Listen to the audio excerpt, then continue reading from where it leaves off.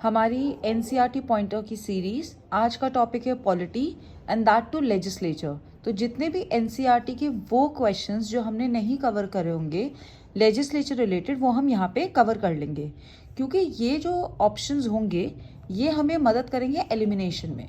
ठीक है, so first we have is states establish either a unicameral or bicameral legislature.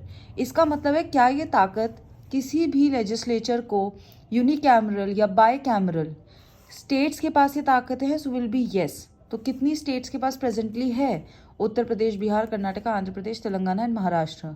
Jammu and Kashmir earlier had but now after 2019 no. Then क्या राज्यसभा में seats equal मिलती है? मतलब जितनी स्टेट्स हैं सबको लाइक हर स्टेट को दो दो तीन तीन? नहीं, यही पॉइंट हम लोगों को एलिमिनेट करना है। ठीक है, तो राज्यसभा की जो सीट्स हैं वो पॉपुलेशन बेसिस पे होती हैं, इक्वली नहीं होती कि सारी स्टेट्स में से इक्वल सीट्स आ जाए। ठीक है, और ये तो इजी वाला है कि फोर्थ शेड्यूल में ही seat allocation to the council of states. ठीक है, now this question I really liked it कि फंक्शंस ऑफ पार्लियामेंट। देन आपको ऑप्शंस दे देंगे electoral, judicial and constituent functions. तो ये तीनों हैं। इलेक्टोरल क्यों? क्योंकि प्रेसिडेंट वाइस प्रेसिडेंट के इलेक्शन में पार्लियामेंट। जुडिशियल क्यों? प्रेसिडेंट हो, वाइस प्रेसिडेंट हो, जजेस हो सुप्रीम कोर्ट हाई कोर्ट के, देन वो जुडिशियल बन जाता है। कॉन्स्टिट्यूएंट फंक्शंस हो तो दोनों मिलके अमेंडमेंट जैसी प्रोसेस वो सब साथ में करते हैं।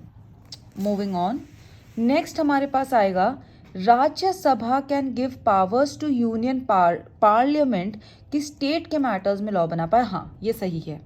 और ये जो क्वेश्चन है तो बहुत इजी, बट जल्दी जल्दी में या सिर्फ वर्ड्स को ना पहचानने में हम गलत कर सकते हैं। Council of ministers is responsible to Lok Sabha, not parliament, Lok Sabha को। सो ये हमें समझना है, एंड यही लाइन हमारे लिए पार्लियामेंट्री फॉर्म ऑफ गवर्नमेंट का बेसिस है। Rajya Sabha can criticise the government but उसे निकालने में नहीं, तो ये एक स्टेटमेंट भी बनता है। लोकसभा और राज्यसभा, ये क्वेश्चन बिल्स के फॉर्म में बहुत सारे फॉर्म्स में है, तो एनसीईआरटी में तो अमेंडमेंट्स में यस दोनों का बराबर का योगदान होता है। प्रेसिडेंट को इम्पीच करने में दोनों का बराबर का योगदान होगा, वाइस प्रेसिडेंट को रिमूव करने में यस। अब हमारे पास नेक्स्ट आता है फिनेंशियल बिल। जब मैं पार्लियामेंट की सीरीज उसमें होगा तो फिनेंशियल बिल और मनी बिल इन दोनों में बहुत ज़्यादा कन्फ्यूजन हो जाते हैं, जो कि हम स्टेटमेंट्स में गलती कर सकते हैं।